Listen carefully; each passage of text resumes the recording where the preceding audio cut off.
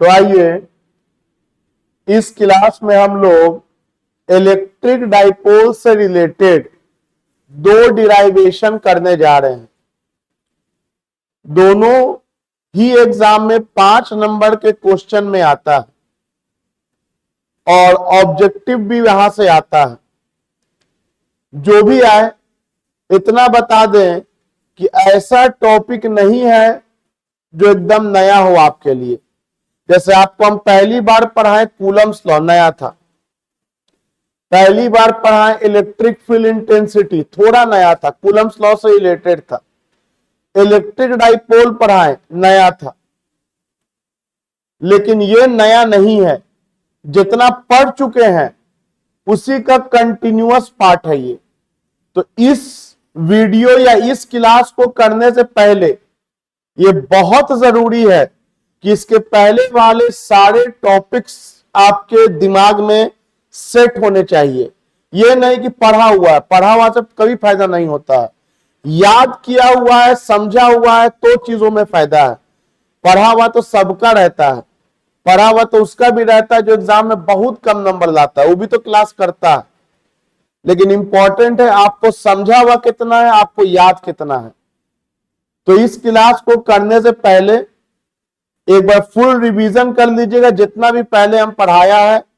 Coulomb's law, electric field intensity का introduction और electric dipole, कम से कम ये 3 टॉपिक आपका फुल्ली रिवाइज होना चाहिए। आइए टॉपिक को डिस्कस करने से पहले एक बार क्विकली रिकॉल कर दें कि आपको इलेक्ट्रिक फील्ड इंटेंसिटी के बारे में मैंने क्या बताया था। तो जैसे ग्रीन मतलब आपको हरा होता है, उसी तरह से मैंने आपको बताया है कई बार कि इलेक्ट्रिक फील्ड इंटेंसिटी मतलब +1 पे लगने वाला फोर्स, सिंगल चार्ज का फोर्स। और सिंगल चार्ज का फोर्स आप तभी निकाल सकते हैं जब वह यूनिट पॉजिटिव चार्ज पर लगे। जैसे मान लीजिए कि अगर यहां पर 6 मिली कूलम है और इसका इलेक्ट्रिक फील्ड इंटेंसिटी निकालना है 3 मीटर के दूरी पर, और मीडियम कुछ ना बोले तो एयर है, कितने लोग आप में से निकाल लेंगे? बिल्कुल निकल जाएगा। 6 मिली कूलम के कारण 3 मीटर के दूरी पे इलेक्ट्रिक फील्ड इंटेंसिटी बताना है।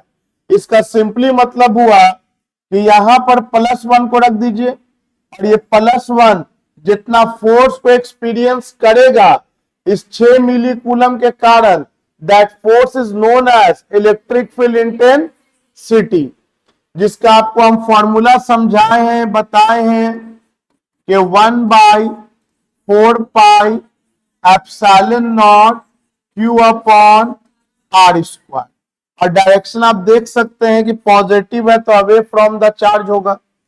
मैग्नीट्यूड इतना होगा, जिसका वैल्यू पुट करेंगे तो 9 × 10⁻⁹ 6 मिली कूलम है, 10⁻³ और दूरी है 3 का स्क्वायर 9, 6 इन, तो ये आपको आ गया 3 × 9, 9 कट गया आपको, तो ये आपको आ गया 6 × 9 में से 6 3 जाएगा 6, 6 × 10⁻⁶ न्यूटन पर कूलम। मतलब 60 लाख न्यूटन पर कूलम, मतलब एक कूलम पे 60 लाख का फोर्स लगेगा। 60 लाख न्यूटन का फोर्स लगेगा एक कूलम पर। मान लो अगर मैं इसी सवाल में एक और काम कर दूं, एक और काम ये कर दूं कि यहां पर भी एक चार्ज को ले लूं और यहां पर चार्ज का वैल्यू मान ले लिख दूं मैं 2 मिली कूलम माइनस में, और तब मैं पूछूं कि बताइए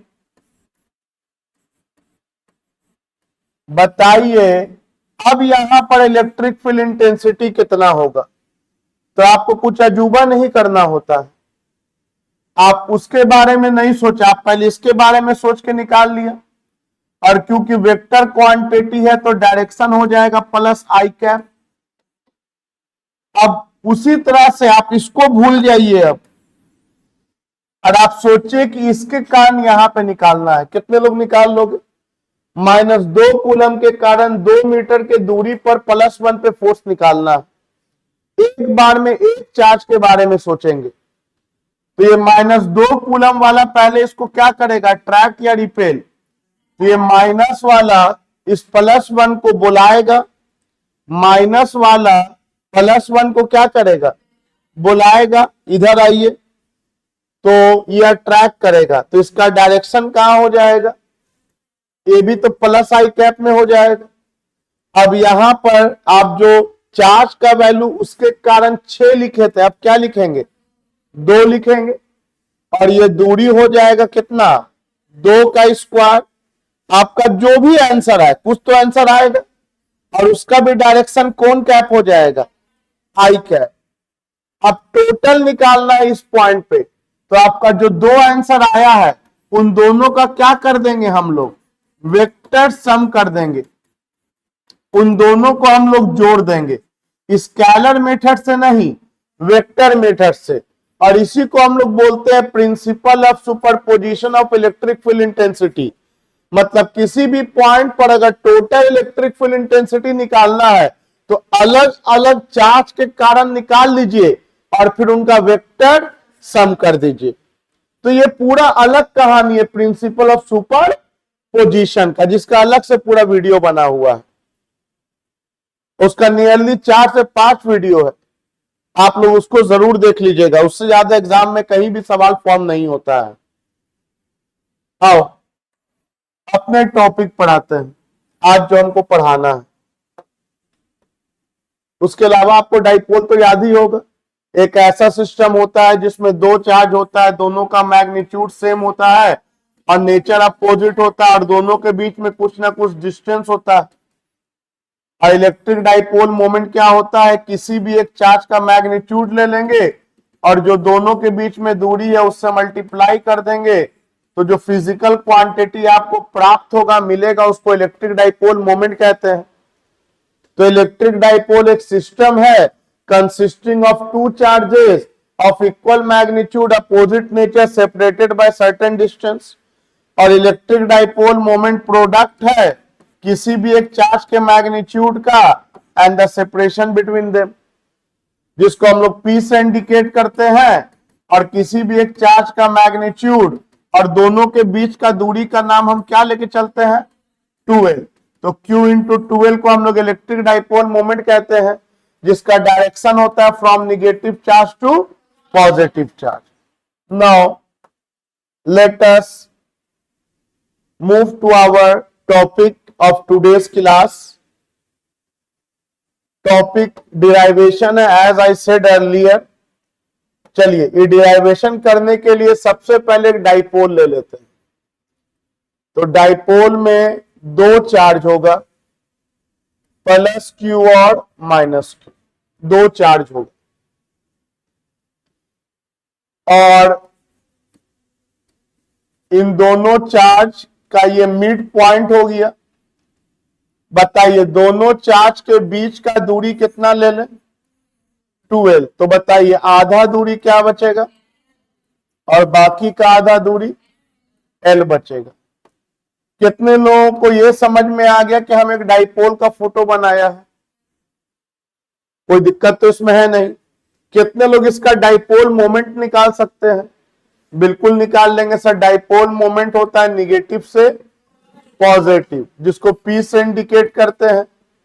किसी भी एक चार्ज का मैग्नीट्यूड और जो दोनों के बीच में दूरी है उसका प्रोडक्ट, ये हो गया सर इलेक्ट्रिक डाइपोल मोमेंट। कोई इश्यू नहीं है।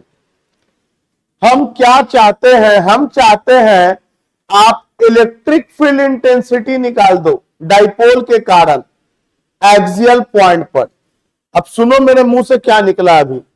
हम क्या आपसे निकलवाना चाहते हैं, इलेक्ट्रिक फील्ड इंटेंसिटी। इसका मतलब एक बात तो कंफर्म हो गया कि +1 पे फोर्स निकलवाना चाहते हैं। कहां पे निकलवाना चाहते हैं, एक्सियल पॉइंट पर। अब एक्सियल पॉइंट किसको कहते हैं सर, तो ये जो डाइपोल है, ये इसका जो एक्सिस है, जो लाइन है, इस लाइन पर तुम सीधा कहीं भी चले जाओ, यहां चल जाओ, यहां चल जाओ, यहां चल जाओ, यहां चल जाओ, कैसे जाना है, सीधा, क्या ये भी एक्सियल पॉइंट कहलाएगा? नहीं, बिल्कुल नहीं। क्या ये भी एक्सियल पॉइंट कहलाएगा? नहीं, बिल्कुल नहीं। बल्कि पॉजिटिव चार्ज के बाहर किसी भी पॉइंट पे चल जाओगे, ये सारा पॉइंट कौन सा पॉइंट कहलाएगा? इसका नाम है। जैसे इसका नाम व्हाइट कलर है, इसका नाम येलो कलर है, उसी तरह से इस एक्सिस के सामने सीधा कहीं भी चले जाओ, उस पॉइंट का नाम क्या है? Axial point. और ये एक्सियल लाइन है। ये कौन है? Axial line. और इस एक्सियल लाइन पर किसी भी पॉइंट का नाम क्या कहलाएगा? और मुझे इसी एक्सियल पॉइंट पर क्या निकालना है? कहने का मतलब है कि मुझे इसी एक्सियल पॉइंट पर +1 पे फोर्स निकालना है। सवाल तो यही होगी। तो बताओ डिराइवेशन का नाम क्या होना चाहिए? डिराइवेशन का नाम क्या होना चाहिए?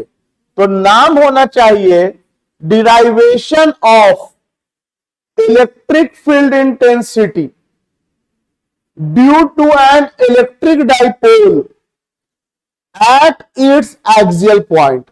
एग्री करते हो? अरे जो हिंदी में बोले वो अंग्रेजी में बोल दिया। तो बताइए इस डिराइवेशन का नाम क्या होना चाहिए? एग्जाम में क्या से कैसे बोलेगा? तो एग्जाम में बोलेगा डिराइव एक्सप्रेशन फॉर, डिराइव करो एक्सप्रेशन फॉर, किसके लिए एक्सप्रेशन डिराइव करना है? डिराइव करना expression for electric field intensity due to an electric dipole, due to an electric dipole at its कौन सा point? Axial point. Due to an electric dipole at its axial point. और क्या आपको यह समझ में आया कि एक्सियल पॉइंट किसको बोलते हैं? तो चलो एक्सियल पॉइंट बना लेते हैं। ये डाइपोल का जो एक्सिस है, इससे सीधा चले जाओ। मान लो इस पॉइंट पे आके हम रुक गए और इस पॉइंट का नाम क्या दे दिया? सी। और ये जो सी है कितना दूरी पर है?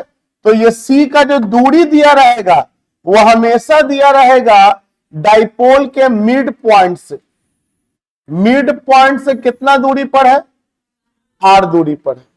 ये हमेशा मिड पॉइंट से दूरी दिया रहता है। डिराइवेशन ना है, एक प्रोसेस है जो फॉलो करना है। ये दूरी मिड पॉइंट से दिया रहेगा। और यही कारण है कि हम दोनों के बीच का दूरी क्या लिया? 2l, ताकि आधा l और l बचे। अगर हम दोनों के बीच का दूरी l लेते हैं तो ये l/2 और l/2 बचता। तो कैलकुलेशन थोड़ा अटपटा टाइप का दिखता, बनता तब भी, काहे नहीं बनेगा, लेकिन फ्रैक्शन वगैरह में जोड़ घटाव करे पड़ेगा। ऐसे कि आपको सुविधा आसानी होगा। तो बताओ, पहले ये बताओ ये सी कौन सा पॉइंट है? तो ये बोलेंगे सर इस सी को बोलते हैं एक्सियल पॉइंट। बोलेंगे एक्सियल पॉइंट का दूरी कहां से लिए हैं आप? तो बोलेंगे इलेक्ट्रिक डाइपोल के मिड पॉइंट से। हम बोलेंगे कितना दूरी पर? तो आर दूरी पर। आपको दिमाग में एक नंबर दे देते हैं। मान लो इन दोनों के बीच का दूरी है 10 सेंटीमीटर। तो बताओ ये अगर 10 है तो ये कितना बचेगा? 5। और ये कितना बचेगा? और फिर इसके सेंटर से 30 सेंटीमीटर दूरी पे निकालना है। बस यही सवाल है। इसके सेंटर से 30 सेंटीमीटर के दूरी पे क्या निकालना है? Electric field intensity. आप देख सकते हैं टॉपिक का नाम, हम डिराइव कर रहे हैं इलेक्ट्रिक फील्ड इंटेंसिटी किसके कारण?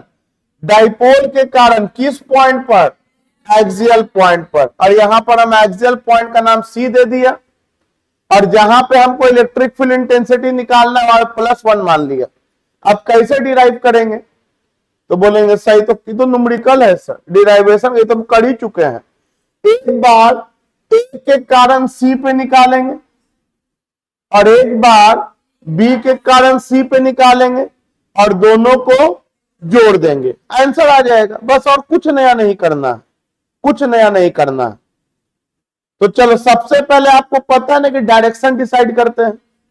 तो चलो ए को देखो और सी को देखो और बताओ ए वाला सी को बुलाएगा कि भगाएगा? तो ए वाला पे माइनस है और सी पे कौन है? तो माइनस वाला उस प्लस को बुलाएगा, इधर आओ इधर आओ, बुलाएगा। इसका मतलब इलेक्ट्रिक फील्ड इंटेंसिटी सी पर ए के कारण E1 मान लो तो वो इनवर्ट हो जाएगा, अंदर की तरफ हो जाएगा। इधर कौन कैप होता है? माइनस आई कैप होता है। इतना तो आप लोग समझ चुके होंगे डायरेक्शन। चलो अब इसके कारण बताओ, ये प्लस क्यू वाला उसको आओ आओ करेगा कि जाओ जाओ करेगा? तो बताओ जाओ जाओ किधर कर रहे हैं? देख रहे हो ना, प्लस आई में कि माइनस आई में? प्लस आई में। कितना आसान है। कुछ लोगों को डायरेक्शन में बहुत दिक्कत हो, लोग हवा में सोचता है कैसे होगा डायरेक्शन। अरे हाथ रखो और दो ही तो ऑप्शन है, या तो आओ आओ या तो जाओ जाओ। अपने आप तुम्हारा उंगली बता देगा कि आंसर किधर होगा। तो बताओ ये प्लस वाला इस प्लस को क्या बोलेगा? जाओ जाओ भागो। तो बताओ इसका हो जाएगा इधर मुंह, और इसका इलेक्ट्रिक फील्ड इंटेंसिटी का नाम क्या दे दिया? E2। आप नाम कुछ भी दे सकते हैं, EA EB भी दे सकते थे, नाम जो देना है दो। चलिए अब हम लोग इसके बाद क्या करते हैं बताओ? डायरेक्शन के बाद क्या करते हैं? डिराइवेशन करते हैं, फॉर्मूला लिखते हैं, कैलकुलेशन करते हैं, अलग अलग वैल्यू पता करते हैं, और उसके बाद क्या करते हैं? जोड़ देते हैं। तो चलिए क्या लिखेंगे हम लोग? लिखेंगे इलेक्ट्रिक फील्ड इंटेंसिटी किस पॉइंट पे निकाल रहे हैं? At axial point C. किसके कारण? Due to charge at A. क्या ये लाइन आपको समझ में है? क्या लिखा मैंने? क्या लिखा मैंने? ए पर जो चार्ज है इसके कारण सी पॉइंट पर क्या निकाल रहे हैं? Electric field intensity. यही निकाल रहे हैं हम लोग। चलो इसका नाम हम क्या देके रखे? E1 या E2? E1 नाम देके रखे हैं। चलिए फॉर्मूला तो आपको याद होगा, 1/4πε0 क्यू। माइनस क्यू लेते हैं क्या? नहीं, मॉड में लेके चलते हैं चार्ज को। क्यू बाई, अब तुम बताओ ए से लेकर के सी तक का दूरी आर है, जो दूरी है वो बोलेंगे ना। तो बताओ ए से लेकर सी तक का दूरी क्या है? तो यहां से यहां तक का दूरी देखो एल है, और यहां से यहां तक का दूरी आर है। तो बताइए दूरी क्या हो जाएगा? R plus L. और जो भी दूरी होता है उसका, कितने लोग दूरी समझे? आर प्लस एल का स्क्वायर। दूरी ए से लेकर सी तक का देखो अपने से फिगर में, देख करके मत छाप लो आर प्लस एल का होल स्क्वायर, बल्कि ए से लेकर सी तक का दूरी अपने देखो। ए से लेकर एम तक का दूरी एल, और एम से लेकर सी तक का दूरी, तो आर प्लस एल जोड़ देंगे तो ए से सी तक का दूरी निकल गया। और डायरेक्शन क्या हो जाएगा? तो आप देख सकते हैं एलोंग सी टू ए है या ए टू सी है, या तो सी टू ए लिखो या माइनस आई कैप लिख दो, आपकी मर्जी, बहुत सारी इक्वली करें। जो दिख रहा है वो लिख रहे हैं। ये कौन सा कलर दिखा? व्हाइट। इसमें थोड़ी कोई कंफ्यूजन है भाई। अगर यहां पे वैल्यू दिया होता तब तो सॉल्व करे पड़ता। ये तो वैल्यू दिया, अच्छा है, सॉल्व नहीं करना, आगे बढ़ जाओ। अब बताओ सी पर किसके कारण निकालेंगे? बी के कारण निकालेंगे। तो बताओ कौन सा लाइन लिखाएगा? तुम बोलो ना, हम लिखते हैं। हम बताएं ना, अपने पे भरोसा करना सीखो, आप बहुत कुछ कर सकते हो। Electric field intensity at axial point C due to charge at B. Due to charge at B. तो बोलेंगे 1/4πε0 क्यू बाई, अब बताओ बी से लेकर के सी तक का दूरी, बताओ यहां से यहां तक का दूरी कितना है? अच्छे से अपना देखो, यहां से यहां तक का दूरी आर, और इस आर में अगर हम ये दूरी को घटा दें, ये व्हाइट निशान में ये वाला येलो निशान घटा दें, व्हाइट निशान में येलो निशान घटा दें, तो बी से सी तक का दूरी निकल जाएगा। और ये व्हाइट निशान कितना है, और ये वाला येलो निशान ये कितना है, तो आर माइनस एल हो जाएगा ये दूरी। कितने लोग समझ गए आर माइनस एल हो जाएगा? बस जो दिख रहा है वो बोल दिए, जो दिख रहा है वो बोल दिए। तो चलो ये ये बात समझ गए। अब इस दूरी को हम लोग यूज कर लेते हैं, यूटिलाइज कर लेते हैं। तो देखिए यहां ये दूरी कितना होगा ये बाबू, आर माइनस एल का होल स्क्वायर, दूरी का स्क्वायर, और डायरेक्शन क्या हो जाएगा, अलोंग बी टू सी। अब ये जा रहा है ना बी से सी, भगाना रहा है ये, और इसी को क्या बोलेंगे, प्लस आई। अब इन दोनों को आपस में जोड़ देंगे तो टोटल निकल जाएगा, और टोटल निकल जाने का मतलब है कि हमको ये डिराइवेशन कंप्लीट हो जाएगा।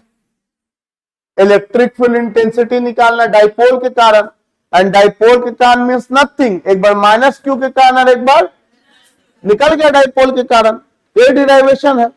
अब बताओ इन दोनों को जोड़ने के लिए हम लोग बताए थे कि प्रिंसिपल ऑफ सुपर पोजीशन का इस्तेमाल करते हैं, जो कहता है कि किसी भी पॉइंट पर अगर आपको टोटल इलेक्ट्रिक फील्ड इंटेंसिटी निकालना है तो इंडिविजुअल इंटेंसिटी निकाल लीजिए और फिर उनका वेक्टर सम कर दीजिए। तो इसके बाद लिखेंगे apply principal of superposition of electric field intensities. क्या कहता है सुपरपोजिशन प्रिंसिपल, कि जो टोटल इलेक्ट्रिक फील्ड इंटेंसिटी होगा किस पॉइंट पर, एक्सियल पॉइंट पर, यह किसका किसका वेक्टर सम होगा, E1 का, और मतलब माइनस क्यू के कारण और प्लस क्यू के कारण, दोनों को जोड़ देंगे, वेक्टर सम कर देंगे। और आपको पता है कि अपोजिट डायरेक्शन होता है तो बड़ा वेक्टर में छोटा वेक्टर घट जाता है। मैग्नीट्यूड जब निकालते हैं और डायरेक्शन अपोजिट होता है तो बड़ा में छोटा घट ना जाता है।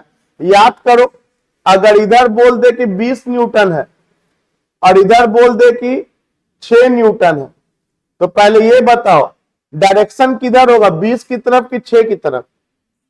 तो बोलेंगे सर जो बड़ा होगा वो ना जीतेगा। और क्या 20 और 6 26 हो जाएगा? स्केलर थोड़ी है, इधर 20 लग रहा है और उधर ना 6 लग रहा है, तो रिजल्टेंट कितना बचेगा? तो बताओ 14 कैसे निकाले, 20 में क्या घटा दिए, क्योंकि डायरेक्शन क्या है। और अगर इधर बड़ा होता तो इसमें ये घटा देते, हमेशा बड़ा में छोटा घटाते हैं अगर डायरेक्शन अपोजिट हुआ तो। अब तुम मुझे ये बताओ इन दोनों में बड़ा कौन है? या तो वैल्यू दिया हुआ नहीं है, वैल्यू तो नहीं दिया है, फिर भी इन दोनों में बड़ा कौन है? तो बोलेंगे एक तो बहुत कॉमन सेंस का बात है सर, ये अगर -10 कूलम है तो ये वैल्यू तो सेम है दोनों का। सर ये खींच रहा है माइनस वाला और प्लस वाला, और बताओ ज्यादा नजदीक कौन है, प्लस या माइनस? तो इसका ज्यादा ना असर होगा। इसका मतलब रिजल्टेंट इलेक्ट्रिक फील्ड कहां होगा, बाहर या अंदर? बाहर। इसका मतलब कौन से चार्ज का इलेक्ट्रिक फील्ड बड़ा है, प्लस क्यू का या माइनस क्यू का? इसका मतलब रिजल्टेंट इलेक्ट्रिक फील्ड जो ई एक्सियल तुमसे हम पूछ रहे हैं उसका डायरेक्शन बाहर हुआ या अंदर? चलो एक तो ये है, और मान लो इसे समझ में नहीं आया तुमको, और एक और बहुत आसान तरीका है। एक बात बताओ, दोनों में ध्यान दो, ये जो वैल्यू है जो हम सर्कल कर दिया, जो हम पॉलीगॉन में डाल दिए, दोनों के लिए सेम है क्या? 1/4 पाई एप्सिलॉन नॉट क्यू, हाँ 1/4 पाई एप्सिलॉन नॉट क्यू, दोनों में सेम वैल्यू है। और यहां R प्लस L है, और यहां तो बताओ, मान लेते हैं ऊपर वाले को सॉल्व करके 100 आ रहा है, तो यहां भी ये सब सॉल्व करे क्या आएगा? अरे जो इतना सॉल्व करके 100 आया तो ये भी सॉल्व करके। अब बताओ यहां का वैल्यू R प्लस L है, मान लो R प्लस L तुम्हारा 10 आ रहा है, तो R माइनस L 10 आएगा या उससे छोटा आएगा? कॉमन सेंस का बात है, छोटा वैल्यू देगा। मान ले तो ये तुमको क्या दे दिया 5, तब तुम बताओ ये 10 बचा और ये क्या बचा 20। अरे जाहिर सी बात है जिसका डिनोमिनेटर छोटा होगा वो बड़ा वैल्यू दे देगा ना। तो तुम बताओ E1 बड़ा कि E2 बड़ा? जैसे चाहो वैसे सोचो, फॉर्मूला बेस भी सोच लिया हम लोग। ऐसे तो कॉमन सेंस का बात है कि भैया ये चार्ज ज्यादा नजदीक है तो इसका असर क्या होगा, और इसका असर बुलाने वाला है या भगाने वाला। तो ओवरऑल चार्ज क्या करेगा, बाहर निकलेगा, भागेगा। क्योंकि चार्ज का मैग्नीट्यूड तो सेम था, तो दूरी ही पर ना डिपेंड करेगा। इसका मतलब हम लोग समझ गए सर कि मेरा कौन बड़ा है, E2 बड़ा है या E1 बड़ा है? E2 बड़ा है मेरा, E2 बड़ा है मेरा। आइए आगे बढ़ते हैं। तो मैग्नीट्यूड वेक्टर में क्या निकालते हैं, एक बार मैग्नीट्यूड और एक बार डायरेक्शन, एक बार मैग्नीट्यूड और एक बार डायरेक्शन। तो आइए मैग्नीट्यूड निकालते, दोनों को जोड़ा जाए वेक्टर फॉर्म में। तो बोलेंगे सर जब मैग्नीट्यूड निकालेंगे तो ऊपर में एरो का निशान देंगे या नहीं देंगे? नहीं देंगे। तो ध्यान देना कब एरो देना है और कब, ये वेक्टर फॉर्म में लिखा हुआ। अब हम मैग्नीट्यूड लिख रहे हैं, तो बताओ मैग्नीट्यूड लिखेंगे तो E1 में E2 घटेगा या जुड़ेगा? E2 और E1 आपस में जुड़ेगा या घटेगा मैग्नीट्यूड में? अभी ना बताएं कि अपोजिट डायरेक्शन है मेरे भाई, तो क्या करेगा? कितने लोग समझे? घटेगा। और भी नहीं आ रहा है तो सोचो ना फॉर्मूला क्या होता है दो वेक्टर को जोड़ने का, a square plus b square plus 2ab cos, और तुम बताओ ये थीटा कितना डिग्री दिख रहा है? 180 डिग्री, कॉस 180 डिग्री। तो under root E1 square plus E2 square cos 180 का वैल्यू -1, तो माइनस यहां आ गया 2E1 E2। अब बताओ a square plus B square minus 2ab को लिख सकते हैं a माइनस बी का होल स्क्वायर, और हमेशा बड़ा में छोटा घटाएंगे क्योंकि मैग्नीट्यूड का भी निगेटिव। तो बताओ बाहर क्या निकल के आ जाएगा? आपसे हम यही ना बोल रहे थे मेरे भाई। लेकिन ये जरूरी नहीं है कि आप इतना प्रोसेस शो कर, आप डायरेक्ट भी उसके बाद मैग्नीट्यूड में as the directions are anti parallel आप सीधे ये लाइन चिपका सकते हो। लेकिन चलो हर तरह से पढ़ो, घुमा घुमा के पढ़ो, रिवाइज करो, एग्जाम का 5 नंबर का सवाल है। तो चलो आई होप कोई दिक्कत अभी भी किसी को नहीं। वेक्टर फॉर्म में तो जुड़ेगा लेकिन मैग्नीट्यूड में आकर के घट गया क्योंकि डायरेक्शन दोनों का अपोजिट है, और हमेशा बड़ा में छोटा घटाएंगे। इसके बाद कोई फिजिक्स नहीं है, फिजिक्स हो चुका। इसके बाद जोड़ घटाओ है और वो साथ में करेंगे, वो छोड़ के नहीं चलेंगे। आपको फाइनल आंसर तक जाना है 5 नंबर के लिए। इसके बाद जोड़ घटाओ है। बताओ E2 के जगह पे ये लिख देंगे और E1 के जगह पे ये लिख देंगे और सॉल्व करेंगे। और सॉल्व किया जाए, बताओ तो मेरे पास E एक्सियल निकालने के लिए क्या है, E2 माइनस E1। अब बताओ E2 क्या है, इतना तो आपको याद हो जाना चाहिए। E2 है 1/4 pi epsilon naught R minus L का होल स्क्वायर। ना समझ में आए तो पीछे पलट के देख लो। E2 R माइनस L का whole square minus 1/4 pi epsilon naught Q by R plus L का होल स्क्वायर। चलिए कॉमन निकालिए, जो कॉमन निकलेगा Q/4 पाई एप्सिलॉन नॉट, दोनों में से कॉमन निकल गया। 1 माइनस R माइनस L का whole square 1/R plus L का होल स्क्वायर। अब फ्रैक्शन का जोड़ घटाओ आपको आता है।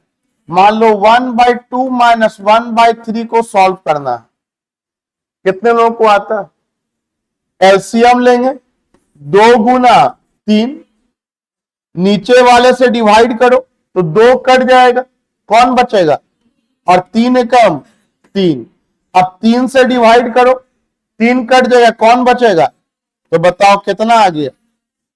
यही प्रोसेस यहां करेंगे। कुछ लोगों को लगता है ना, ये सब ना करें ना तो लगता है कि नया नया चीज है। नया नया कोई चीज नहीं है, यही प्रोसेस यहां करेंगे। बताओ क्या करें? तो बोलेंगे सर अभी अभी आप बोला इसको उतारिए, उतार दिया, ठीक है। इसके बाद आपने बोला कि इन दोनों का एलसीएम लीजिए, 1/2 माइनस 1/3, इसको लिख सकते हैं 2 into 3 लिख सकते हैं।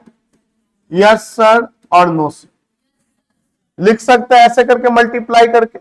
अब नीचे वाले से डिवाइड करेंगे और उसके बाद जो बचेगा उसको ऊपर वाले से, तो बताओ इससे डिवाइड करेंगे, ये खत्म, क्या बचेगा ऊपर में? r प्लस एल का होल स्क्वायर,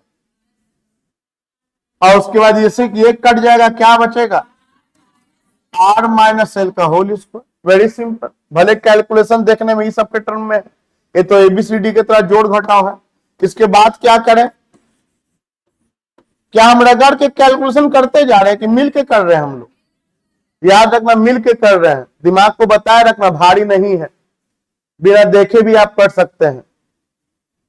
अब बता, इन दोनों को मल्टीप्लाई करेंगे। अब जिसको नहीं आता वो सुन लो फॉर्मूला, जिसको नहीं आता है, a माइनस बी का होल स्क्वायर और a प्लस बी का होल स्क्वायर का फॉर्मूला होता है a square minus B square का होल स्क्वायर। जिसका मैथ है ठीक, और जिसका नहीं है कोई भारी चीज नहीं है, इतना इतना आप याद कर सकते हैं। इसको डिराइव भी कर सकते हैं, क्यों करेंगे इतना मेहनत? इतना याद रखेंगे। क्या याद रखेंगे? बोल बोल के याद हो जाएगा। a माइनस बी का whole square into a plus B का होल स्क्वायर का formula a square minus B square का होल स्क्वायर। अब ये फॉर्मूला अगर तुम जान गए तो तुम बताओ नीचे क्या लिखना चाहिए? a square minus B square लिख देना चाहिए। क्या लिखना चाहिए? r square minus L square का होल स्क्वायर। क्या कुछ अजूबा लिख दिया मैंने? बिल्कुल नहीं, मल्टीप्लाई करके लिख दिए। चलो, a प्लस बी का होल स्क्वायर को तोड़ने आता है, a square plus B square plus 2ab। क्या इतना बात समझे? काचे का निशान माइनस, ब्रेक करो, a square plus B square minus 2ab। देख लो एक एक स्टेप साथ में चल रहे हैं। और इसके बाद का स्टेप बताओ क्या लिखे? बोलेंगे करना क्या है, जो लिखा हुआ है उसको आगे बढ़ाइए। इलेक्ट्रिक फील्ड इंटेंसिटी किस पॉइंट पे निकालने हैं? एक्सियल पे। Q by 4 pi epsilon not, यहां नीचे क्या आया हुआ है? r square minus L square का होल स्क्वायर। ऊपर क्या है? r square plus L square plus 2rl। चलो ये ब्रैकेट को ओपन करो, ब्रैकेट हटाओगे तो बाहर माइनस ना है तो साइन पलट ना जाएगा, तो ये हो जाएगा minus r square minus L square, और जो माइनस में था वो प्लस हो जाएगा, प्लस 2rl। चलो जो कटेगा काटो, r square L square, r square L square cut गया। कितना आया यहां? Q by 4 pi epsilon not 2rl 4rl by r square minus L square का होल स्क्वायर। चलो, Q by 4 pi epsilon not, इस 4rl को लिख सकते हैं 12 इंटू 2r। अगर लिख सकते हैं, समझ गए तो ही हाँ बोलना है, और नहीं समझे तो हाथ खड़ा कर देना है। कितने लोग समझे कि यही बात लिखा हुआ है? अरे भाई 2 इंटू 2 4rl हो जाएगा ना, ये 12 और 2। बोलो काहे ना किया? बोलेंगे याद करो, इसको कुछ जानते हैं क्या जानते हैं? Electric dipole moment Q into 12 जानते हैं ना? तो बताओ क्या क्या बचा मेरे पास? मेरे पास बचा 2, और इसके जगह पे क्या लिख देंगे? P, और क्या बचा? R। देख लो, इस लाइन के बाद ये लाइन समझ में आया। Q इंटू 12 के जगह पे P लिख दिया, ऊपर में 2 मौजूद है, R मौजूद है, नीचे कौन बचा? 4 पाई epsilon naught r square minus L square का हो गया 5 नंबर।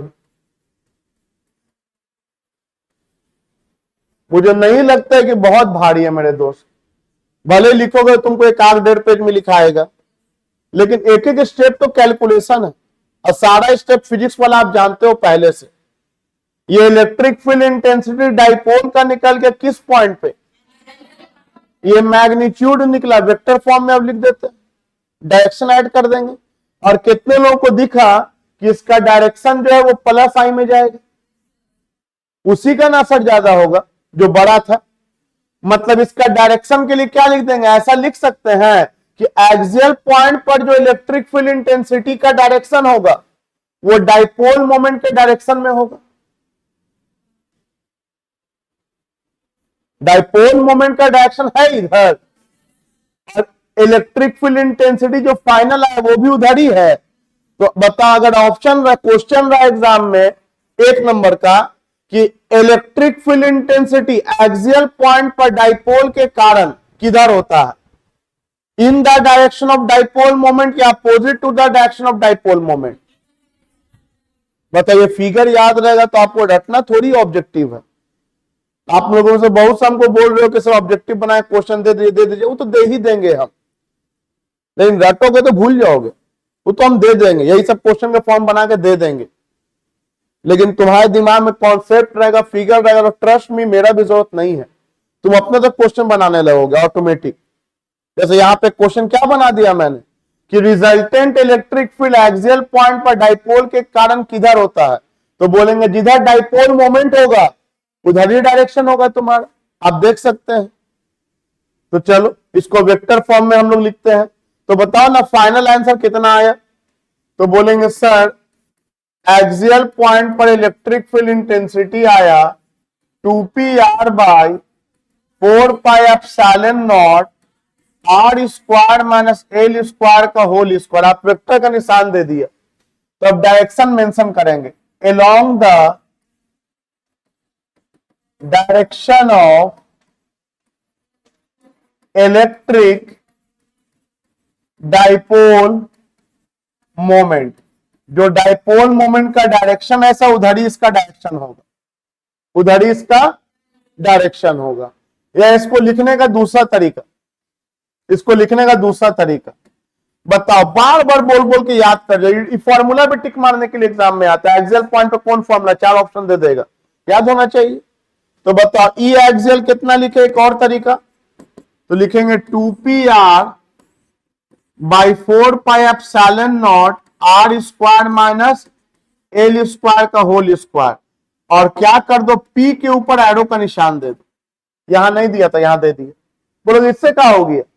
बोलेंगे देखो ये बता रहा है कि जो डाइपोल मोमेंट का डायरेक्शन होगा वही डायरेक्शन इलेक्ट्रिक फील्ड इंटेंसिटी का होगा। कितने लोग समझे? यदि मान लो इसको वेक्टर फॉर्म में जब लिखेंगे तो बताओ P के लिए आई कैप का इस्तेमाल करेंगे ना, और वही आई कैप बचा रह जाएगा इसके लिए। कितने लोग सेकंड मेथड समझे डायरेक्शन देने का? P के ऊपर एरो का निशान दे दिया, इसका मतलब है कि जो इसका डायरेक्शन होगा वही इलेक्ट्रिक फील्ड इंटेंसिटी का डायरेक्शन होगा। समझ में आया? अब इससे ज्यादा इंपॉर्टेंट बात बताने जा रहे हैं, अगर न्यूमेरिकल एग्जाम में दिया तो। एक तो न्यूमेरिकल इसके ऊपर भी देता है जो आपको हम डिस्कस करके देंगे। कितना नंबर का डिराइवेशन है? अब वो 5 नंबर डिराइवेशन अभी खत्म नहीं हुआ है। मेन बोलोगे सर आप तो बोलेगा ये नहीं बनाना है, अरे मेन तो यहीं तक बनाना था।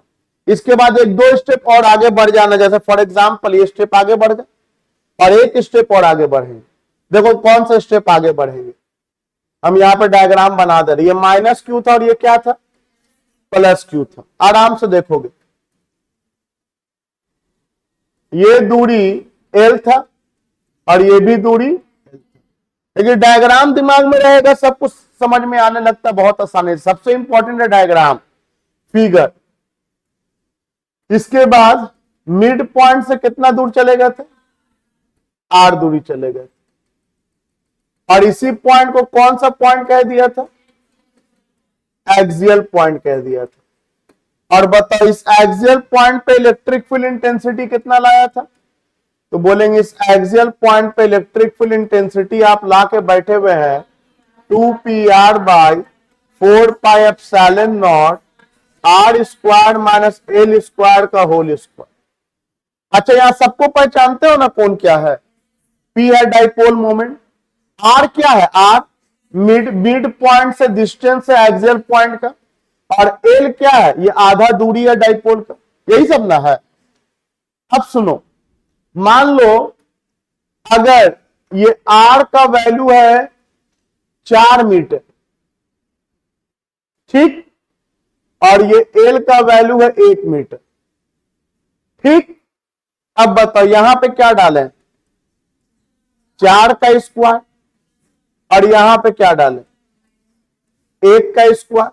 अरे भाई R के जगह पे 4 डाला, L के जगह पे 1 डाला, 4 का स्क्वायर 16, 16 में से 1 जाएगा 15। कोई दिक्कत किसी को? बताओ 16 और 15 में फर्क है कि नहीं? बिल्कुल फर्क है। अरे मान लो कहीं पर हमको 16 लाख देना है और उसके जगह पे हम 15 लाख दे रहे हैं, काम चलेगा?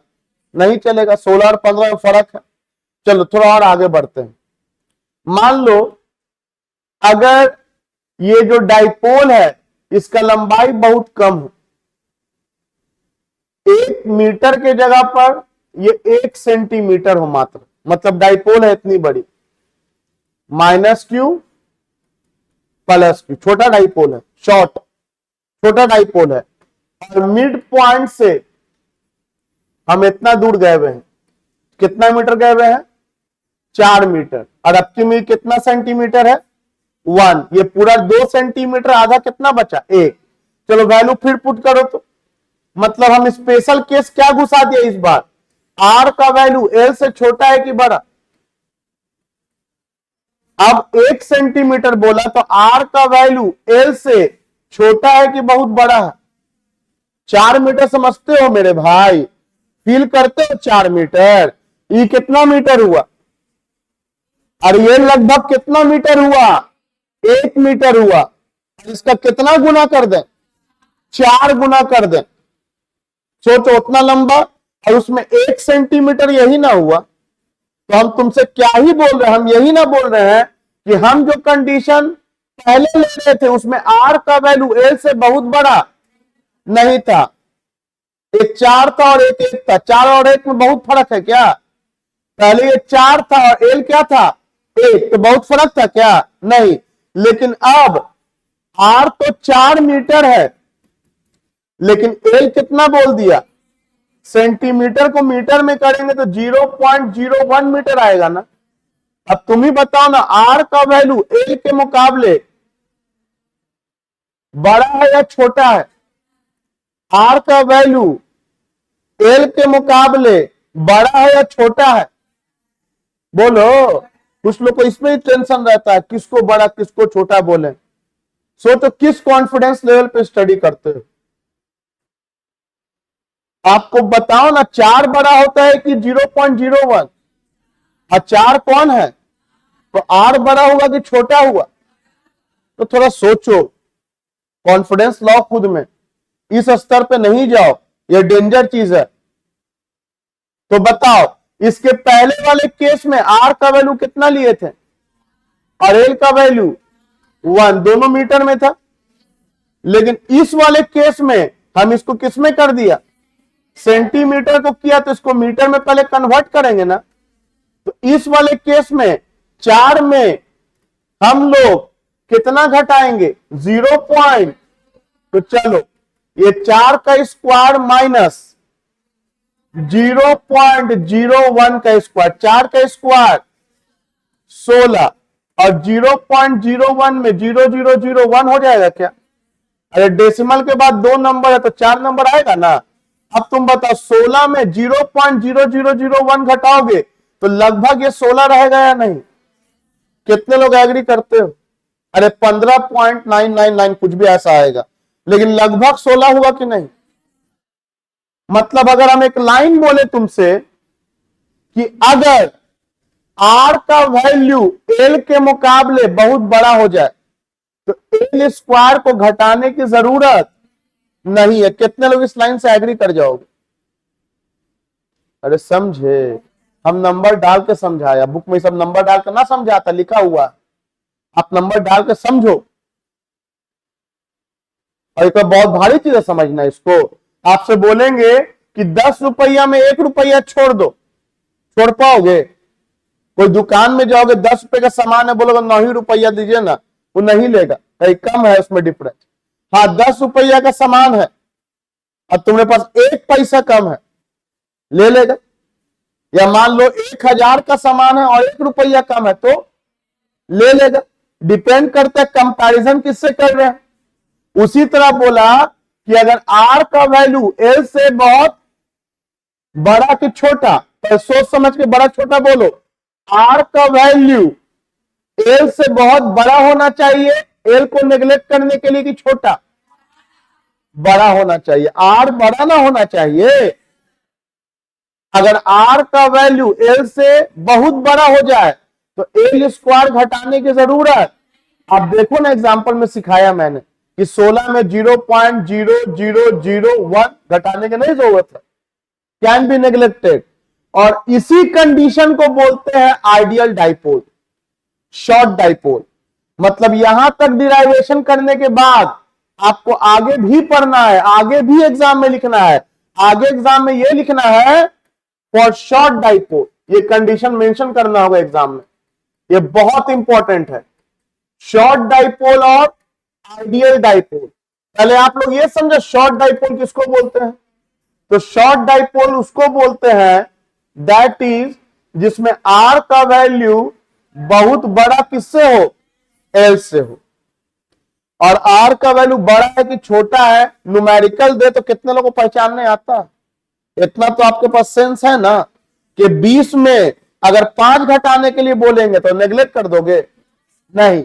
लेकिन 20 में अगर 0.0005 बोलेंगे तो नेग्लेक्ट कर दोगे। तो वो तो आपके समझ के ऊपर है कि आप कहां घटा रहे हो, कैसे घटा रहे हो। बताओ 10 सेंटीमीटर में 3 सेंटीमीटर नेग्लेक्ट कर देंगे? नहीं। लेकिन यही 10 सेंटीमीटर में 3 मिलीमीटर हो तो तुम सोचो मिलीमीटर को मीटर में करेंगे तो कितना हो जाएगा? 0.3। Can be neglected, can be neglected. Millimetre को मीटर में कर देंगे तो बात समझ में आया। तो ऐसा नहीं बोलेंगे 10 सेंटीमीटर छोटा वैल्यू है, डिपेंड करता है कंपैरिजन किससे कर रहे हैं। वो न्यूमेरिकल करते करते बाकी आपको बुझाएगा, कॉन्फिडेंस आएगा।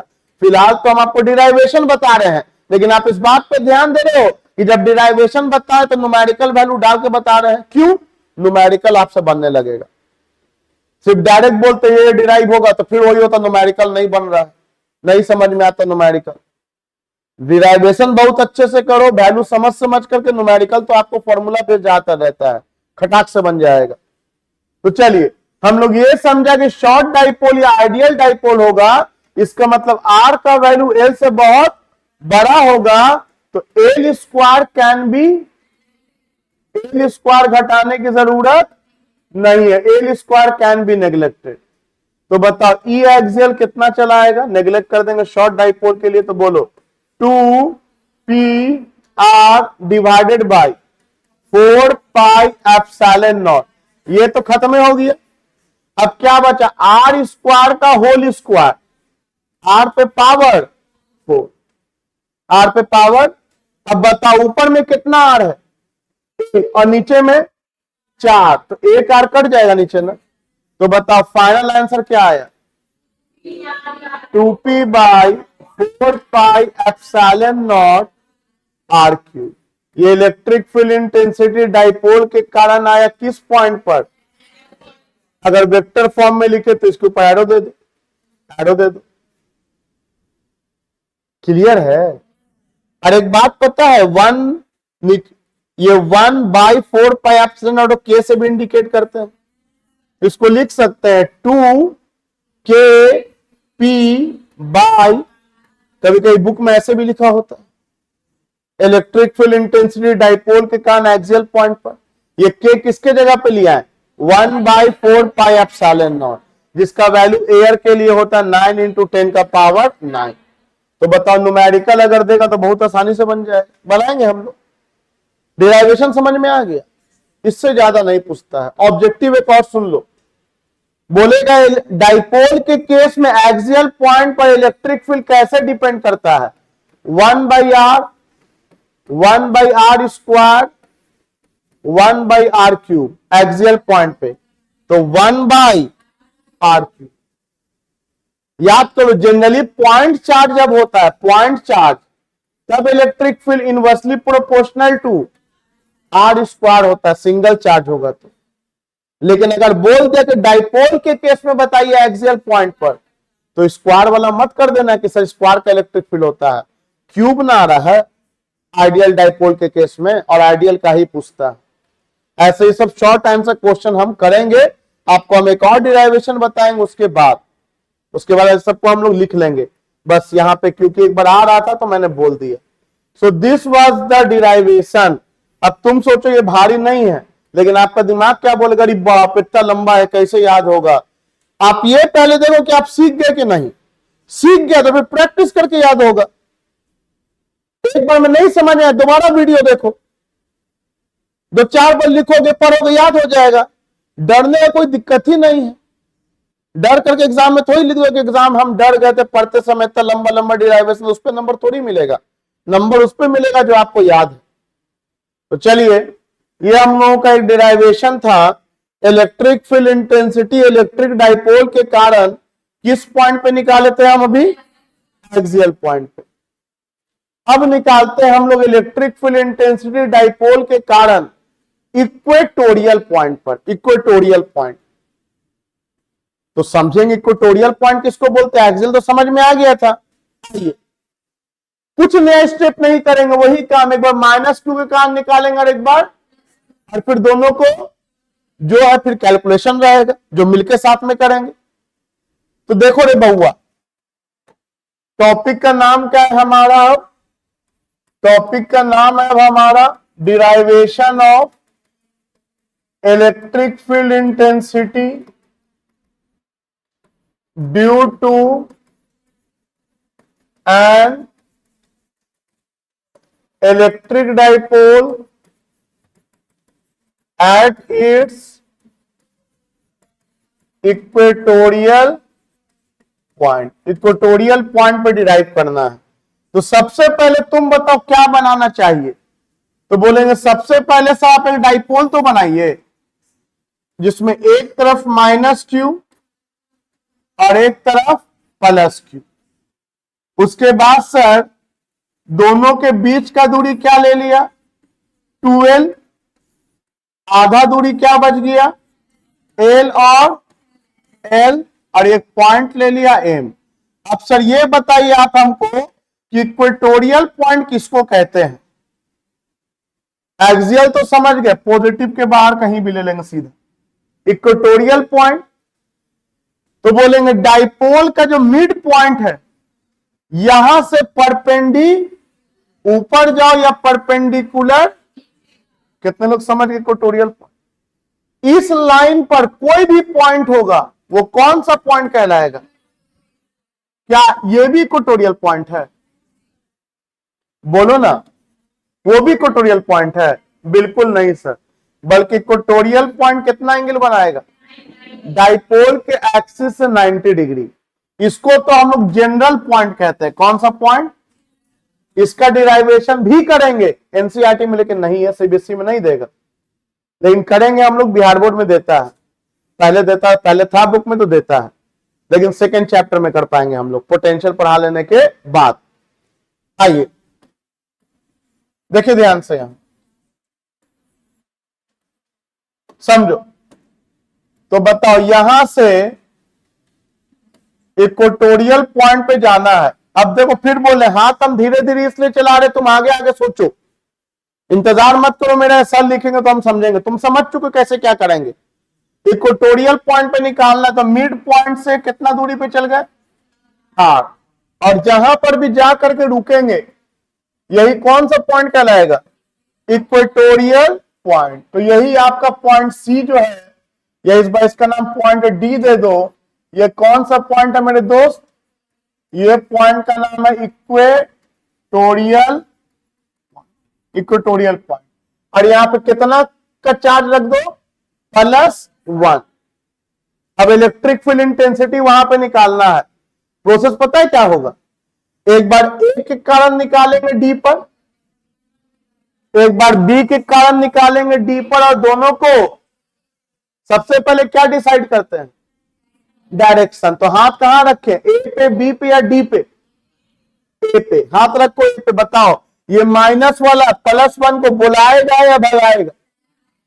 Very good. ये माइनस वाला इस +1 को बुलाएगा, बुलाएगा। एरो का मुंह नीचे हो गया और इसका नाम मान लो ई दे दिया। ए के कारण आप E1 E2 भी दे सकते हैं, कोई दिक्कत नहीं। चलो, ये माइनस ने उस +1 को खींचा। अब ये बताओ ये +Q वाला उस +1 को बुलाएगा या भगाएगा? तो पॉजिटिव वाला पॉजिटिव को क्या करेगा?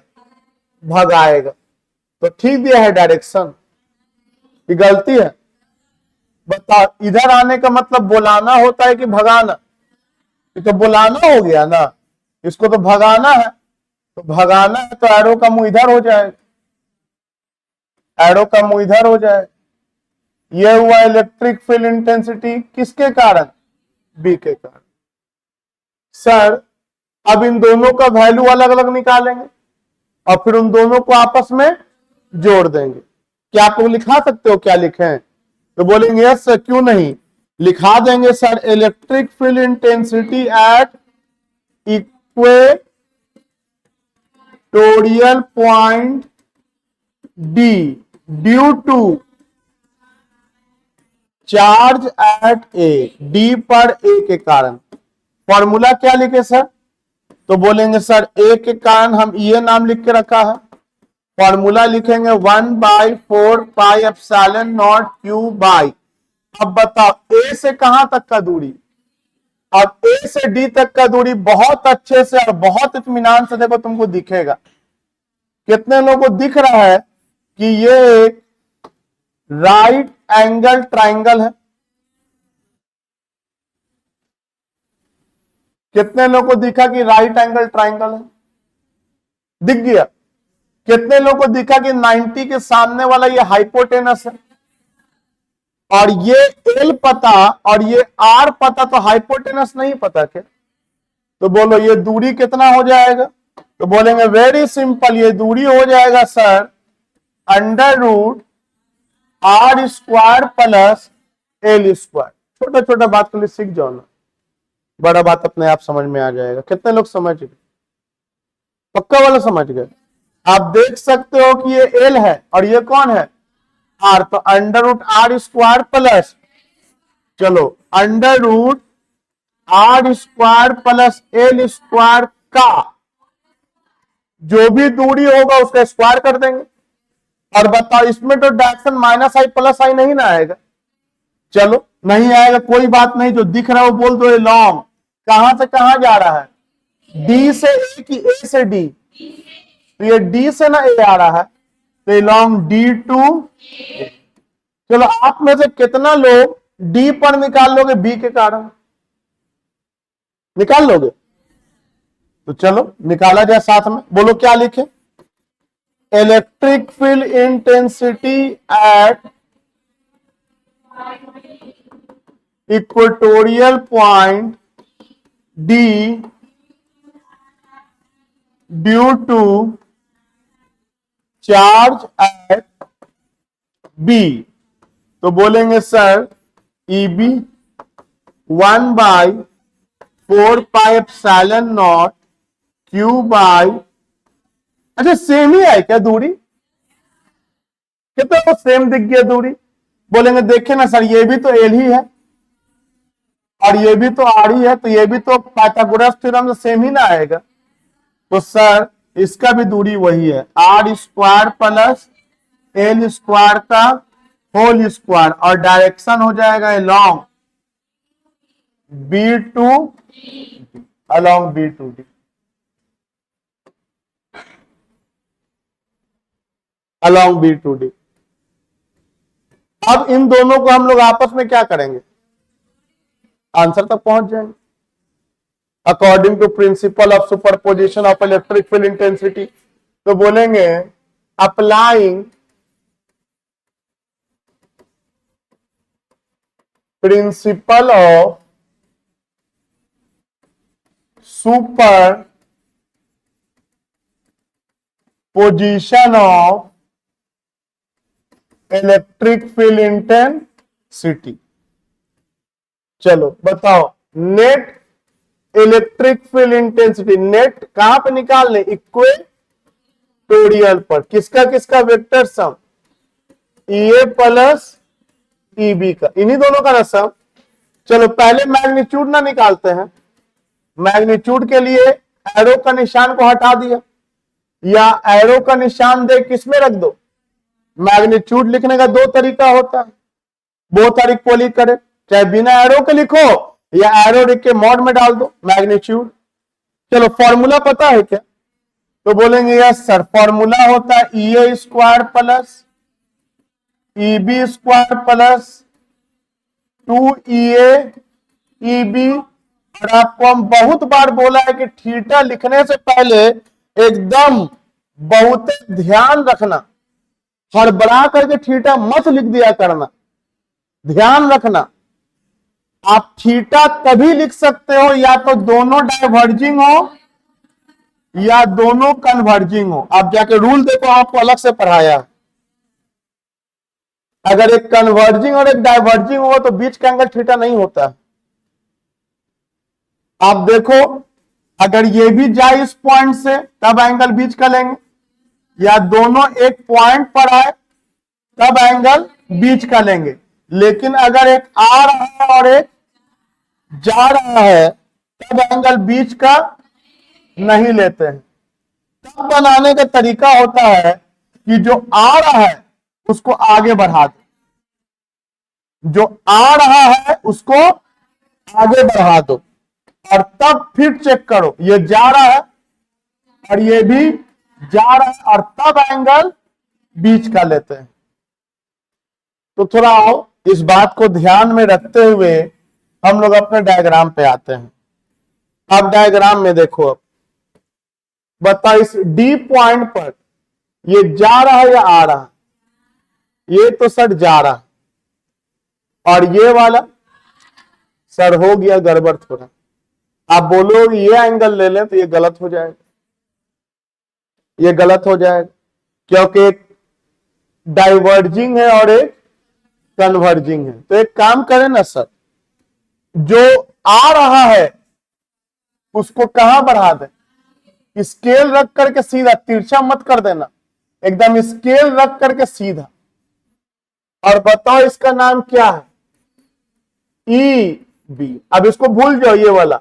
अब फिर तुम सोचो, देखो ध्यान से, ये यहां से जा रहा है या आ रहा है, तो D से ये डाइवर्जिंग है, और ये वाला भी, बताओ दोनों का नेचर सेम हो गया, तो एंगल इन दोनों के, अब जो भी एंगल निकले, लेकिन एंगल इन दोनों के बीच का ही लेंगे, जो भी एंगल हो।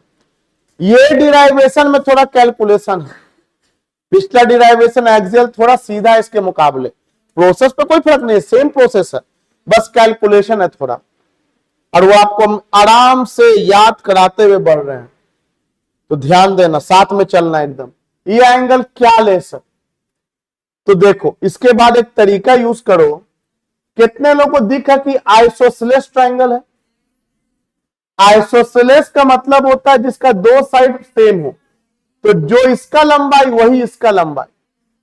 और जब सेम साइड वाला होता है ट्रायंगल, तो अगर ये एंगल हम थीटा मान लें तो ये भी एंगल थीटा होता है। ऐसे भी सोचो, ये और ये सेम, ये और ये सेम, तो सेम एंगल बनेगा। जैसे चाहो भैया वैसे सोचो। कितने लोग ये थीटा वाला कॉन्सेप्ट समझे? क्या ऐसा हो सकता है कि अलग एंगल बने, अलग एंगल बने? नहीं। अगर ये थीटा मान लिया तो ये भी क्या मानो। फिर एक ट्रायंगल का प्रॉपर्टी होता है कि exterior angle of triangle, triangle का बाहरी angle, sum of interior opposite angles of triangle. मतलब ये अगर 30 और 30 है तो ये क्या होगा, ये अगर 60 और 60 है तो ये क्या होगा, ये अगर 45 और 45 है तो ये क्या होगा? कितने लोग समझे? क्या समझे? Exterior angle of triangle sum of interior opposite angles. इसका मतलब इन दोनों के बीच का एंगल कितना ले ले? 2 थीटा। कितने लोग समझ गए? 2 थीटा। अब बताओ यहां पे कॉस के बाद क्या लिखना चाहिए, थीटा या 2 थीटा? 2 थीटा। पता है बहुत सा बच्चा 2 थीटा लिखता है, बोलता है इतना दिन से पढ़ रहे कॉस थीटा, प्रिंटिंग मिस्टेक। अरे प्रिंटिंग मिस्टेक कैसे? थीटा का मतलब क्या होता था वहां? दोनों वेक्टर के बीच का एंगल। अब दोनों वेक्टर के बीच का एंगल 2 थीटा हो, 3 थीटा हो, 10 थीटा हो, वही ना वहां पे लिखाएगा। हम रट्टा मार के थोड़ी लिख रहे हैं, फॉर्मूला तो वही होता है, A square plus B square plus 2ab cos theta. Formula तो यही होता है कॉस थीटा। लेकिन थीटा का मीनिंग भी तो पता होना चाहिए। थीटा के लिए दो चीज का ध्यान रखना होता है। पहला कि दोनों वेक्टर का नेचर सेम होना चाहिए, या तो दोनों डाइवर्जिंग या तो दोनों कन्वर्जिंग। और थीटा का मतलब दो वेक्टर के बीच का एंगल। और यहां दो वेक्टर EA और EB के बीच का एंगल क्या है? 2 थीटा। तो यहां पे हम लोग कितना लेंगे? 2 थीटा। आई होप समझे होंगे आपने। अब इसका वैल्यू यहां डाल दो, इसका वैल्यू यहां डाल दो, दोनों को सॉल्व कर दो, आंसर तक पहुंच जाओगे। लेकिन बड़ी मेहनत है। एक काम करते हैं सर, ये मैग्नीट्यूड ना है और ये मैग्नीट्यूड ना है, और तुम ध्यान दो इन दोनों में से किसका मैग्नीट्यूड बड़ा है कि बराबर है? कितने लोगों को बराबर दिख गए? बराबर दिखा? दोनों वेक्टर फॉर्म में बराबर नहीं है क्योंकि डायरेक्शन अलग है, लेकिन मैग्नीट्यूड अगर देखें तो जो इसका आंसर है वही ना इसका आंसर है। तो ऐसा लिख सकते हैं सबको EA बना दो या सबको EB बना दो, क्योंकि मैग्नीट्यूड क्या है? सेम। तो इसके बाद लिखें क्लियरली हम देख रहे हैं EA इज इक्वल टू, अच्छा बताओ क्या ऐसे लिखना सही होगा? नहीं तो वेक्टर फॉर्म में बराबर कर दिया, सही तो गलत है, सरासर गलत है। बराबर करना है ना तो एरो हटाइए, मैग्नीट्यूड में दोनों बराबर है और ये मैग्नीट्यूड का फॉर्मूला है। तो बताओ क्या हो जाएगा तब?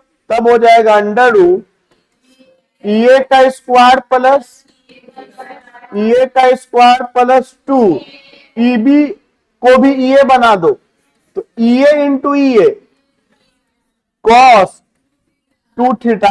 समझे होंगे आप, कैलकुलेशन को आसान बना रहे हैं। अंडर रूट EA का स्क्वायर प्लस EA का स्क्वायर, 2EA का स्क्वायर प्लस 2EA का स्क्वायर कॉस, यहां पे बच्चा गलती करता है, इसका मैथ बहुत जबरदस्त बढ़िया रहता है। वो क्या करता है? 2EA का स्क्वायर प्लस 2EA का स्क्वायर लिख देता है 4EA का स्क्वायर कॉस 2 थीटा। ऐसा नहीं हो सकता है, कुछ लोग सोच भी लिया था लगता है, ठीक है, कि EA square plus EA square 2EA square plus 2EA 4EA square cos 2 theta. ऐसा नहीं होता है। सुनाई दिया? ये गलती यहां पे होता है तो मैंने आपको यहां पे पॉज करके बता दिया। कॉमन निकालो यहां से, सुनाई दिया? तो चलो बताओ कॉमन निकालो तो। अच्छा ऐसा कोई स्टेप आ रहा है जो सिर्फ हम बोल रहे हैं हम समझ रहे हैं, आप साथ में कर रहे हो ना, बस वही इंपॉर्टेंट है, याद रखना, बाकी प्रैक्टिस। बताओ क्या लिखेंगे यहां पे? 2EA का स्क्वायर, यहां पे क्या बचा? 1 प्लस कॉस 2 थीटा। कुछ नहीं, दोनों में से 2EA स्क्वायर हटा दिए, यहां पे 1 बचा और यहां पे क्या बचा? Cos 2 theta. क्लियर है यहां तक आप लोगों को? अब इसके बाद फिर एक मैथमेटिकल प्रोसेस है, ठीक? तो जो पहले यहां पे आंसर आया वो आपको ध्यान में है? ध्यान में है तो बताओ तो अगला बोर्ड में क्या लिखेंगे? बताओ तो इक्वेटोरियल का मैग्नीट्यूड कितना निकला?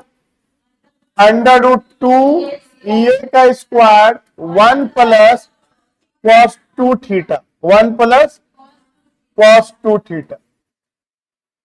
अब देखो जिन लोगों का मैथमेटिक्स नहीं है, हम कुछ बता रहे हैं, 1 प्लस कॉस 2 थीटा को लिख सकते हैं 2 कॉस स्क्वायर थीटा।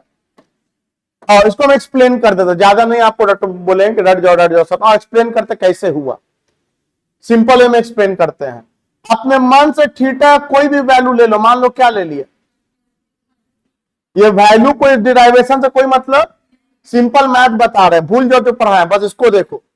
तो बताओ ये अगर 30 लिया तो ये भी कितना हो गया। अगर दोनों सॉल्व करने पे सेम आंसर देगा तो हम इसको इससे रिप्लेस कर सकते हैं ना, बस इतना ही कहना चाह रहे हैं।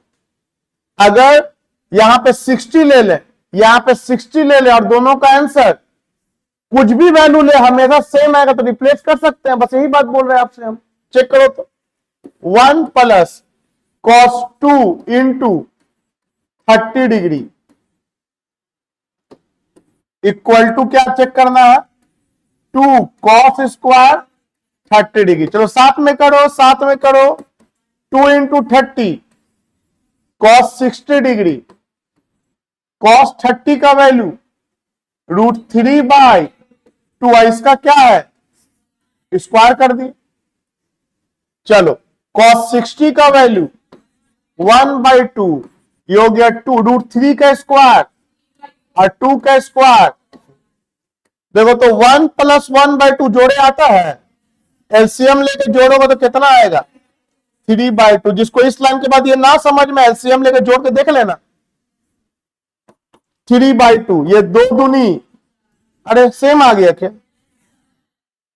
हमेशा मान लो यहां पे अगर 45 लेते, कितना लेते, तो यहां पे भी क्या लेते 45, और तब तुम चेक करके देखो दोनों का आंसर पक्का है कि सेम आएगा।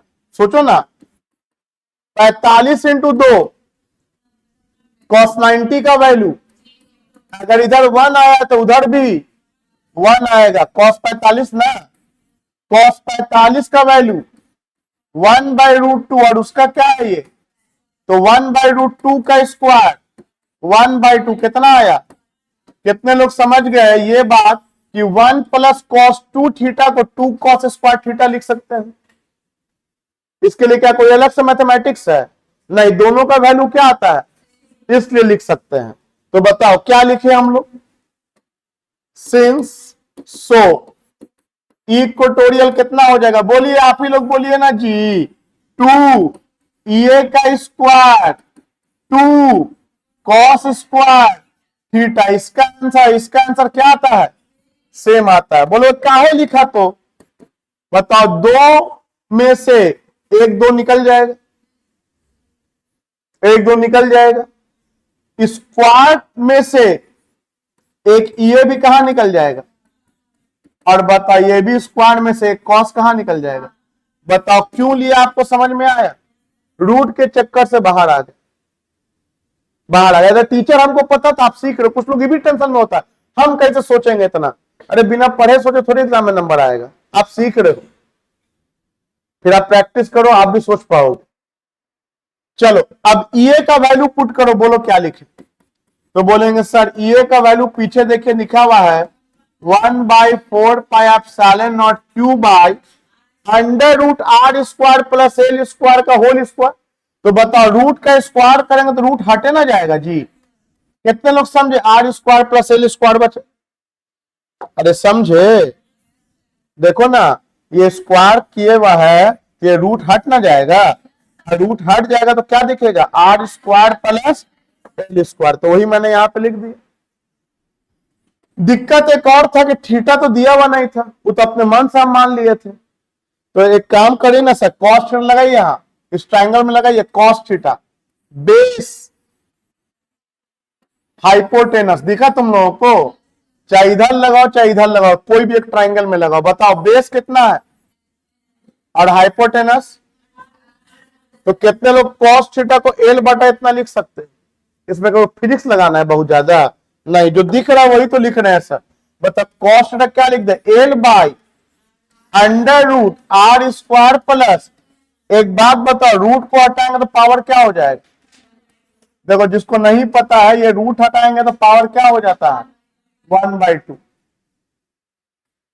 ये रूट हटाएंगे तो पावर क्या हो जाएगा, तो ये रूट में था ना हाइपोटेनस, उसको हटा दिया तो पावर कितना हो गया 1/2।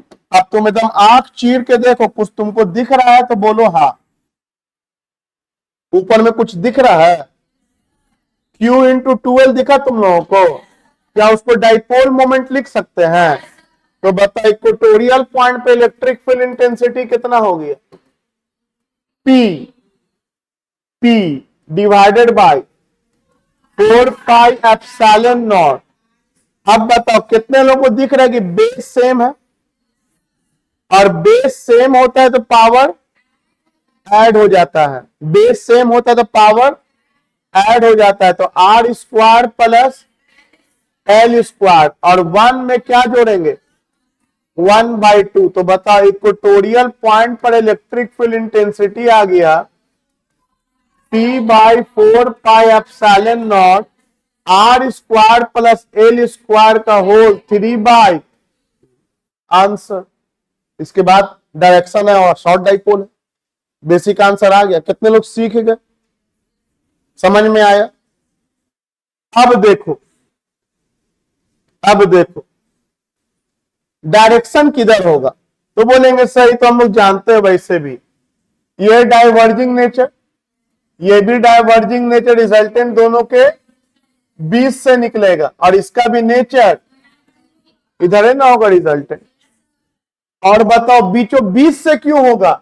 तो बोलेंगे सर वेक्टर में हम लोग जानते हैं कि अगर मैग्नीट्यूड इक्वल होता है तो जो रिजल्टेंट डायरेक्शन होता है वो एंगल बाइसेक्टर होता है।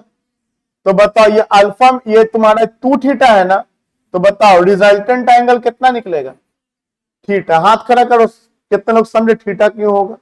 वेक्टर का रूल है ना भाई, दो वेक्टर का मैग्नीट्यूड जब क्या हो सेम, दोनों बराबर ताकत से काम कर रहा है, तो रिजल्टेंट एकदम एंगल बाइसेक्टर होता है ना, एकदम बीचों बीच से निकलेगा ना।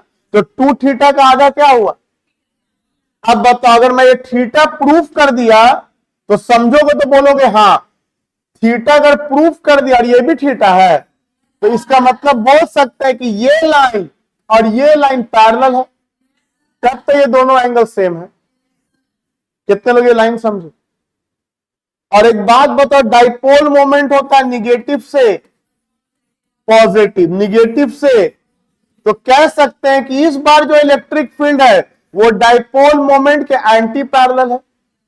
पिछली बार पैरेलल था, इस बार जो इलेक्ट्रिक फील्ड है वो डाइपोल मोमेंट के एंटी पैरेलल है। ये अगर प्लस आई में दिख रहा है तो ये इस बार लिखेंगे opposite to the direction of electric dipole moment. Again objective exam का होगी, एग्जाम का सवाल एक बार ऐसे लिखाएंगे, फिर भी सुन लो। अगर तुमसे ये पूछे ई एक्सियल और ई इक्वेटोरियल के बीच में एंगल बताओ, ई एक्सियल और ई इक्वेटोरियल के बीच का एंगल बताओ, 180 डिग्री। कितने लोग सीख गए। ऑब्जेक्टिव आपसे पूछ सकता है एंगल ई एक्सियल और डाइपोल मोमेंट के बीच 0 डिग्री, ई इक्वेटोरियल डाइपोल मोमेंट के बीच 180 डिग्री, ई इक्वेटोरियल ई एक्सियल के बीच 180 degree. How simple it is. शर्त दिमाग में सारा कंसेप्ट फिगर समेत घुसा रहा, रटना ही नहीं पड़ेगा ऑब्जेक्टिव आपको, समझे हुए रहोगे तो इसका हम लोग समझा कि अगला ये फॉर्मूला याद हुआ। अब बताओ इसका वेक्टर फॉर्म में बताओ क्या लिखेंगे, क्या आया हम लोगों को फाइनली क्या आया। तो बोलेंगे सर इक्वेटोरियल हम लोगों को आया P/4 pi epsilon not R square plus L square का whole 3/2 directed opposite to the direction of electric dipole moment, electric dipole moment. चलो एक लाइन और इसके ऊपर लिख दे रहे हैं, as EA and EB are equal in, काची में इक्वल था magnitude, so resultant electric field intensity will be what, angle bisector. कोई दिक्कत, will be angle bisector, hence करके लिखा गया। डायरेक्शन होगा opposite to the dipole moment. बताओ इसको लिखने का सेकंड तरीका बताओ तो। इक्वेटोरियल इक्वल टू बोलो P by 4πε0 R square plus L square का होल 3/2। ऊपर में काचे का निशान दे दिया ऐड हो तो यहां पे काचे लगा देंगे। कितने लोग समझे माइनस का मतलब? अरे भाई समझे, माइनस बता रहा है कि डाइपोल मोमेंट का जो डायरेक्शन होगा इलेक्ट्रिक फील्ड का डायरेक्शन उसके पिछली बार माइनस नहीं था। अच्छा आप में तो कितने लोग समझ गए इसको शॉर्ट डाइपोल कैसे समझेंगे? शॉर्ट डाइपोल तो बोलेंगे यस सर अभी तो आप पीछे समझाए थे। क्या समझाए थे? कि मान लो कि ये डाइपोल है माइनस क्यू और ये प्लस क्यू और ये एल एल और आर जो है ना बहुत दूर है, आर एल से बहुत ज्यादा है। कितने लोग समझे? तब इस डाइपोल को क्या बोलते हैं? शॉर्ट डाइपोल बोलते हैं ना। अगर आर का वैल्यू मतलब डाइपोल के लेंथ के मुकाबले जिस पॉइंट पे हम निकालना चाह रहे हो बहुत ही दूर है, बहुत दूर के लिए एक एग्जांपल दिमाग में रख लो। मान लो कि ये तुम्हारा है 2 सेंटीमीटर एल, ये पूरा 4 सेंटीमीटर, ये 2 और ये हम निकाल रहे हैं इसको 10 मीटर की दूरी पर। सुन लिए? अब तुम थोड़ा सोचो तो यहां पे वैल्यू डालो तो आर की जगह पे क्या लिख दें? 10 का स्क्वायर और यहां पे 2 का कर दें, वो सेंटीमीटर में ना है तो ये हो जाएगा 0.02 का स्क्वायर। अब बताओ ये प्लस ना है और ऊपर जो भी हो बताओ 10 का स्क्वायर 100 0.0004। बताओ 100 में 0.004 जोड़ोगे क्या फर्क पड़ेगा? कितने लोग समझे? कुछ नहीं। अगर यही मेरा 4 होता तब फर्क पड़ भी सकता था कि 104 हो जाएगा, 4% हो जाएगा उसका। अभी क्या ही फर्क पड़ेगा? कुछ नहीं। तो कंडीशन आपको क्वेश्चन देख के समझ में आ जाएगा शॉर्ट डाइपोल का। तो बताओ क्या लिखे हम लोग? फॉर कैसा डाइपोल? आइडियल डाइपोल और शॉर्ट डाइपोल। आइडियल डाइपोल और short dipole R greater than L तो कौन नेग्लेक्ट हो जाएगा? L square can be neglected. अब बताओ फाइनल आंसर क्या लिखे? इक्वेटोरियल क्या लिखे बोलो? माइनस P बाई 4πε0 ये खत्म हो गया आर स्क्वायर का होल 3/2, 2 से 2 खत्म, क्या आया? E B inversely proportional to R cube आया कि नहीं? कितने लोग सीख गए? अब आखिरी का 5-7 मिनट देखो। एक्सियल इक्वेटोरियल जो हम लोगों ने पढ़ा उसी को पढ़ा रहे, कुछ नया नहीं पढ़ाएंगे। उसी को एक बार एक कंप्लीट डायग्राम में दोनों को एक साथ लाके कंपेयर कर रहे हैं ऑब्जेक्टिव पॉइंट ऑफ व्यू से। एक नंबर, ये तो 5-5 नंबर का था। ऑब्जेक्टिव पॉइंट ऑफ व्यू से देखो यहां बाबू लोग, सबसे पहले बताओ माइनस क्यू और ये कौन हो गया? Plus Q. ये ए बी डाइपोल हो गया, ये मिड पॉइंट हो गया। और आपको ये तो समझ में आया ना कि हम 12 क्यों लेके चले थे शुरू से? बताओ अगर हम एल लेके चलते तो L/2 लेके चलना होता, तब R प्लस L/2 को होल स्क्वायर करते बनता, तब भी थोड़ा सा दिक्कत होता जोड़ घटाव में, ऐसे कि फटफट जोड़ घटाव होता चला गया। चलो इसके बाद बताओ एक्सियल पॉइंट के लिए क्या करेंगे? मिड पॉइंट से कितना दूर पे जाएंगे? बताओ इस पॉइंट पे चले आए, ये कौन सा पॉइंट हो गया? Axial point. एक्सियल पॉइंट क्या फिगर आपको समझ में आए? इसके बाद हम यहां से कहां चले गए? ऊपर। कितना दूरी पे? मान लो सेम आर दूरी पे चले गए। मान लो ये मेरा 10 मीटर था तो ये भी मेरा जगह उतना नहीं है, थोड़ा छोटा बन रहा है लेकिन समझो सेम आर 10 मीटर था ये भी। तो ये कौन सा पॉइंट हो गया बाबू लोग? ये हो गया इक्वेटोरियल पॉइंट। अब बताओ तो एक्सियल पॉइंट हो या इक्वेटोरियल पॉइंट हो, वहां पे किस चार्ज को रखते हैं? +1। किसको रखते हैं? +1। अब हम अलग अलग नहीं बता रहे, अलग अलग तो सीख चुके हो ना, ये लगाएगा वो लगाएगा, रिजल्टेंट होगा। सीधे रिजल्टेंट का बात कर रहे हैं। बताओ यहां का रिजल्टेंट इधर निकला था ना, और ये जो निकला था ई एक्सियल, ये कितना निकला था आपको रटा जाना चाहिए। तो ई एक्सियल निकला था 2πr/4πε0 R square minus L square का होल स्क्वायर, ये आपका निकला था। चलो इक्वेटोरियल आपका इधर निकला था ना, और बताइए आपका इक्वेटोरियल कितना निकला था। इक्वेटोरियल निकला था -p/4πε0 R square plus L square का होल 3/2। इसके अलावा आपका डाइपोल मोमेंट इधर था। ये सारा कहानी आपका था, यही ना हम लोग सीखे हैं। अब बताओ आप ई एक्सियल और डाइपोल मोमेंट के बीच में एंगल कितना बन रहा है। ई एक्सियल और डाइपोल मोमेंट के बीच में एंगल, तो बोलेंगे सर डाइपोल मोमेंट भी इधर, ई एक्सियल भी इधर, सेम डायरेक्शन में दो वेक्टर होता है तो एंगल कितना डिग्री ऑब्जेक्टिव। या कहीं पे स्टेटमेंट लिखा रहा कि axial electric field dipole moment के पैरेलल होगा, ट्रू, पैरेलल होगा, ट्रू। उसी तरह बताओ इक्वेटोरियल एंड डाइपोल मोमेंट के बीच का एंगल, फिगर देखो और आंसर समझ समझ के बोलो। इक्वेटोरियल और डाइपोल मोमेंट के बीच का एंगल 180 डिग्री, या एंटी पैरेलल कह सकते हो। अब बताओ ई एक्सियल एंड इक्वेटोरियल के बीच का एंगल, तो ये भी आप देख सकते हो, ये भी आपका उधर है, ये आपका इधर है, ये भी 180 डिग्री हो गया आपका, 180 डिग्री हो गया आपका।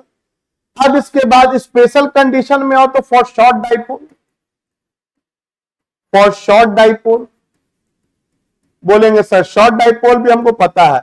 शॉर्ट डाइपोल का मतलब हो जाता है आर का वैल्यू एल से बहुत बड़ा हो जाना, मतलब डाइपोल का लेंथ बहुत छोटा है और हम बहुत दूर पे बात कर रहे हैं, चाहे एक्सियल हो या इक्वेटोरियल हो। तो बताओ शॉर्ट डाइपोल के लिए इसके लिए फॉर्मूला कितना आया था, तो बोलेंगे शॉर्ट डाइपोल के लिए इसके लिए फॉर्मूला आया था 2p/4πε0 r³ शॉर्ट डाइपोल का आया था। इसके लिए शॉर्ट डाइपोल का फॉर्मूला क्या आया था, -p/4πε0 r³। अब एकदम बढ़िया से देखो इक्वेशन 1 इक्वेशन 2 को देखो एकदम बढ़िया से। तुम दोनों को अगर देखोगे तो तुमको दिखेगा कि ये वाला जो हिस्सा है दोनों में कॉमन है, दोनों में रिलेशन पूछता है एग्जाम में, रिलेशन एकदम ऑब्जेक्टिव सवाल, एकदम रट्टा मरवा दे रहे हैं। कितने लोगों को दिखा कि ये दोनों में कॉमन है, तो बताओ ये है कौन, who is this, E axial. तो तुम सोच के बोलो, हम माइनस को इधर लेके चल जाओ, ये माइनस है ना, इसको किधर लेके चलेगे देख रहे हो, इधर लेके जा सकते हैं ना। अब बताओ इतना के जगह पे हम लोग क्या लिख सकते हैं, माइनस इक्वेटोरियल लिख सकते हैं, यस और नो में जवाब। माइनस इधर लेके चलेगा, हम बहुआ टाइप बता रहे हैं, जिसका मैथ अच्छा उसको तो कोई दिक्कत ही नहीं होता, फटफट देख रहा है, लेकिन जिसको दिक्कत होता है उसके लिए हम बहुआ टाइप बता रहे, सीखो और याद कर जाओ समझ के। बताओ इतना के जगह पे हम माइनस इक्वेटोरियल लिख सकते हैं, तो बताओ इतना के जगह पे हम क्या लिख दे, माइनस, दो तो है ये है, इक्वेटोरियल लिख दें। मतलब एग्जाम में ऐसा कोई सवाल दिखा, which of the following relation is correct, कितने लोग टिक मार दो। मतलब एक्सियल पॉइंट इक्वेटोरियल के कंपैरिजन में दुगना होता है, मतलब इक्वेटोरियल अगर 50 आएगा तो ये कितना आएगा, और इक्वेटोरियल का आंसर अगर 50 आएगा शॉर्ट डाइपोल के लिए तो ये कितना हो जाएगा, तो माइनस तो केवल डायरेक्शन शो कर रहा है। कभी कभी ये माइनस का निशान नहीं देगा, कोई दिक्कत नहीं है, इसका मतलब वो मैग्नीट्यूड के टर्म में बात कर रहा है।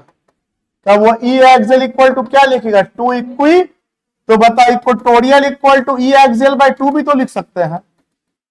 अरे नहीं लिख सकते हैं, मतलब एक्सियल पे अगर पता हो और बोले इक्वेटोरियल पे बताओ तो उसका क्या कर दोगे, आधा। शर्त है दोनों का आर क्या होना चाहिए, सेम, तब ना कंपेयर कर पाएंगे। चलो आज की क्लास का एक आखिरी बात सुनोगे ध्यान से, सुनोगे ध्यान से। एक्सियल शॉर्ट डाइपोल है, कंडीशन बोल दिया मैंने, क्या बोला, शॉर्ट डाइपोल है, पहला लाइन। दूसरा लाइन, उसके एक्सियल पॉइंट पे इलेक्ट्रिक फील्ड का वैल्यू दिया हुआ है 400 न्यूटन पर कूलम। शॉर्ट डाइपोल है, उसके एक्सियल पॉइंट पे इलेक्ट्रिक फील्ड का वैल्यू कितना दिया है, 400 न्यूटन पर कूलम। 2 लाइन याद हुआ। तीसरा लाइन सुनो अब, डाइपोल को 90 डिग्री से रोटेट कर दिया गया। अब इलेक्ट्रिक फील्ड इंटेंसिटी बताओ। तो तुम सोचो ये डाइपोल है, इसको 90 से रोटेट कर दो, 90 से रोटेट हो गया। अरे ऐसे से ऐसे ही 90 हुआ, इसको 90 डिग्री से रोटेट कर दिया, ये पॉइंट तो अपने जगह पे है, इसको 90 से रोटेट कर दिया। तो बताओ जो पहले एक्सियल था अब वो इक्वेटोरियल की तरह बिहेव करेगा। कितने लोगों को दिखा हम जो बोला, अरे ये पहले ऐसे था प्लस क्यू माइनस क्यू, जब घुमा दिया तो ऊपर चला गया प्लस क्यू, नीचे चला गया माइनस क्यू। अब ये जो पॉइंट है जो पहले एक्सियल पॉइंट था अब वो कौन सा पॉइंट हो गया। और तुम बताओ एक्सियल पे अगर तुमको पता था 400 तो इक्वेटोरियल पे कितना आ जाएगा, 200। हाथ खड़ा करो, कितने लोग समझ गए। अरे समझे क्वेश्चन कैसे दिया, या इक्वेटोरियल पे दे दे और इसको ऐसे करके 90 से पलट दे। तो बताओ इक्वेटोरियल पे दे दिया और इसको 90 से पलट दिया तो चार्ज ऐसे ना हो जाएगा। अरे ये घुमा देंगे ऐसे तो फिर एक्सियल पॉइंट ना हो जाएगा जो इक्वेटोरियल था। तो बताओ इक्वेटोरियल पे दे दे और एक्सियल बन गया तो उसका डबल कर देंगे। इससे ज्यादा सवाल एग्जाम में नहीं आता है, जितना तरह से आता है जैसे आता है हर तरह से आपको हम सिखा दिया। आपको यह भी बता दें यहाँ पे कि इलेक्ट्रिक फील्ड एक्सियल हो या इक्वेटोरियल हो, डाइपोल के केस में inversely proportional to R cube होता है। अब आपका सिर्फ काम यही, इस पे कमांड करना है। तो एक दिन नहीं, एक हफ्ता तक, 10 दिन तक कम से कम हर दिन एक बार डिराइवेशन करो इसका, और देखना फिर कितना आसान हो जाएगा। सोचो वो सब बिना किए हुए सब कुछ पढ़ लिख के एकदम ज्ञानी हो जाए, बिना मेहनत के तो भाई कुछ नहीं हासिल होगा। पहला स्टेप हमारा है, किसी भी कीमत पे समझा दिया, बता दिया। अभी भी रिवीजन टाइम में दिक्कत होता है तो मोस्ट वेलकम टू मी, फिर बता देंगे, लेकिन समझ जाने के बाद फिर रिवाइज करो, क्योंकि हम बता रहे हैं बार बार, ये शुरू का हिस्सा है ना टाइम का। अभी तुम सोचो अभी 7-8 क्लास हुआ है और अच्छा खासा कॉपी भरा होगा। तुम सोचो अभी से 2 महीना बाद कॉपी का क्या हाल होगा, इतना कॉपी भरा हुआ रहेगा। अगर नहीं याद करते हुए चलोगे, नहीं रिवाइज करते हुए चलोगे तो तुम सोचते रह जाओगे अब स्टार्ट कहां से करें, जो चल रहा है वो पढ़े कि पहले वाला पढ़े। इसलिए हम आपके पीछे पड़े हुए हैं। ऐसे तुम भी देखे होगे संडे या कैसे भी करके आप सुनाना स्टार्ट किए हो, लग रहा हो चलो कुछ तो याद हो रहा है, कुछ तो याद हो रहा है। वो याद होते होते होते आपका पढ़ाई आसान हो जाएगा, आगे जाके टफ नहीं, आगे जाके उल्टा आसान हो जाएगा अगर अभी लगे रहोगे तो ठीक है। हम लोग आज से क्लास यहीं तक कवर अप करते हैं।